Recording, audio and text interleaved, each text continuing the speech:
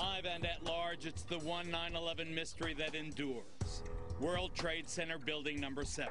You hear that? Keep your eye on that building. It'll be coming down soon. They were not sure they were going to be able to contain the fire. And I said, you know, we've had such terrible loss of life.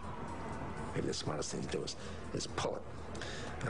And they made that decision to pull, and then we watched the building collapse. And so the first one was likely an accident, the second one was an attack, and the third was a declaration of war. The publication of the Bush memoir fills in some of what we did not know about 9/11.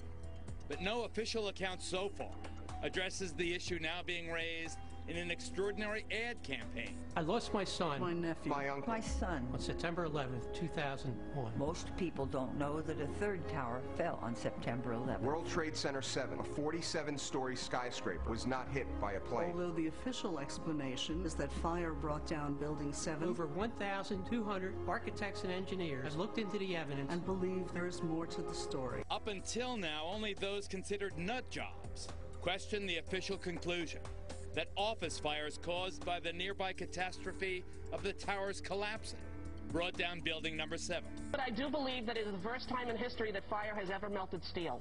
I do believe that it defies physics for the World Trade Center Tower 7, Building 7, which collapsed in on itself. It is impossible for a building to fall the way it fell without explosives being involved. And if explosives were involved, that would mean that the most obnoxious protesters in recent years are right.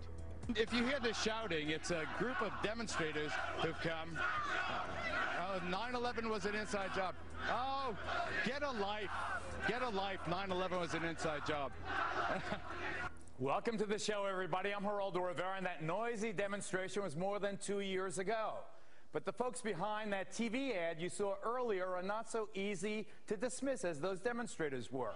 And what caught my eye is their claim that more than 1,300 architects and engineers examined the evidence about Building 7's collapse and disagree with the official report issued by the National Institute of Standards and Technology. Before we examine what they have, this heads up.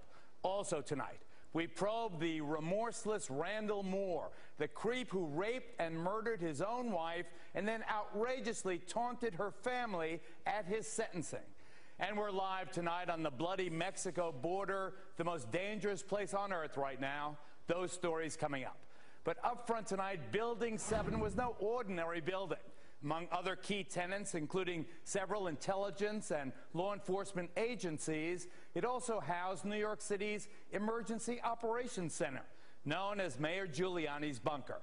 Here to tell us what they know about its collapse and why they question the official conclusions are Bob McIlvaine, whose son died in the World Trade Center, and Tony Zambati, a mechanical engineer. Nice to see you guys. Welcome. Thank you, welcome. Geraldo. Nice to meet you, Geraldo. Our condolences, obviously, for your loss. But Tony, let me start with you. You're an engineer. Are you suggesting that the official account that Building 7 collapsed because of the fire melting the steel or in some other ways, destroying the integrity, the structural integrity of the building, that's false? You think that that's false? Yes, I do. And for a couple reasons. One is that Building 7 came down. It went into a sudden collapse across the full width and length of the building for 2.25 seconds, which amounted to 105 feet or 8 stories, 8 13-foot tall stories. It was in full free fall acceleration. That is impossible because in a natural collapse, columns would have to buckle. When columns buckle, there is a minimum resistance. It's asymptotic, if you know what that means. That means it never goes to zero.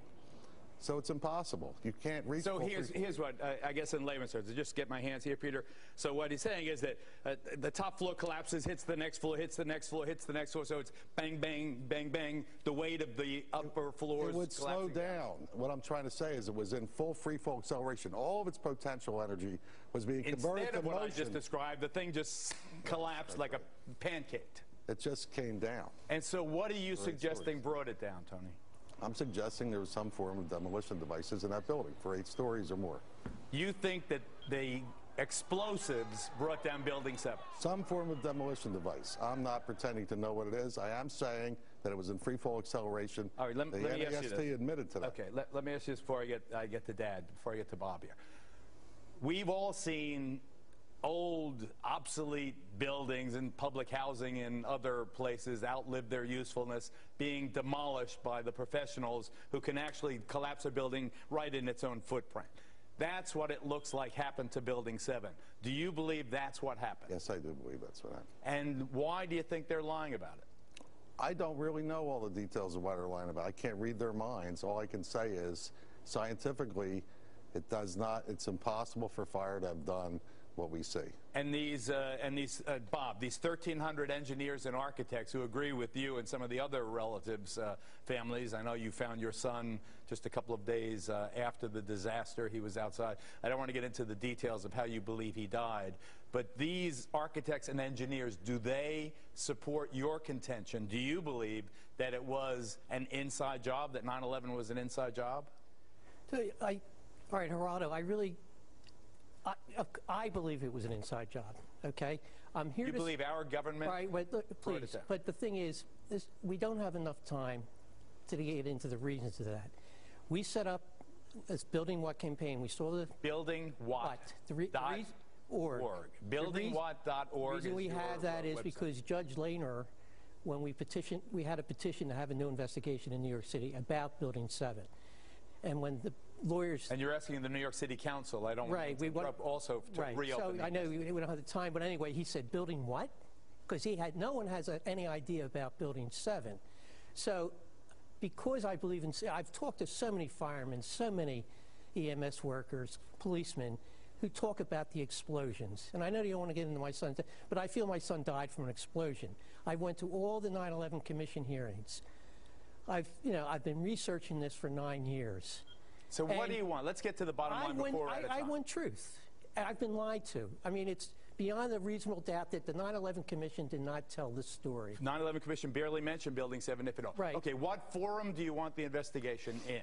Well, the forum, what we want it is in New York City right now, because New York City, we feel, has an obligation to investigate 9/11. So before we're out of time completely, Bob, do you want specifically the New York City Council to open its own investigation of the Building 7 collapse? Absolutely. And that would satisfy you if they did that?